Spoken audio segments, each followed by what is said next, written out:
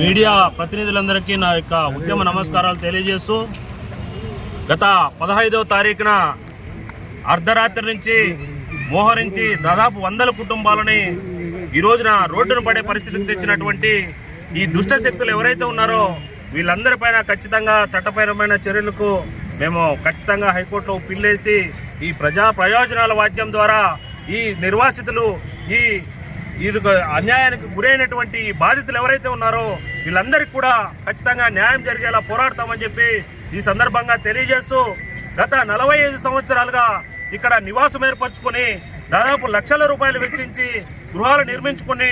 ఈరోజు కరెంటు బిల్లులు అయితేనేమి, వాటర్ బిల్లులు అయితేనేమి, వారి యొక్క రోడ్లు అయితేనేమి, ఈ శిస్తు పన్నులు అయితేనేమి అన్ని రకాలుగా ప్రభుత్వానికి కడుతున్నటువంటి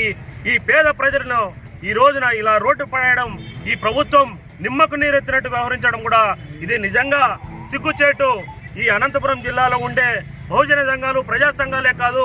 రాష్ట్ర వ్యాప్తంగా ప్రతి ఒక్కరూ ఈ నిర్వాసితులకు అండగా నిలవాలి. ఖచ్చితంగా ఈ బాధితులు ఎవరైతే ఉన్నారో వీళ్ళకి న్యాయం జరిగేంత వరకు బహుజన సంఘాలన్నీ ఐక్యమై పోరాడతామని చెప్పి ఈ సందర్భంగా బహుజన యువసేన తరఫున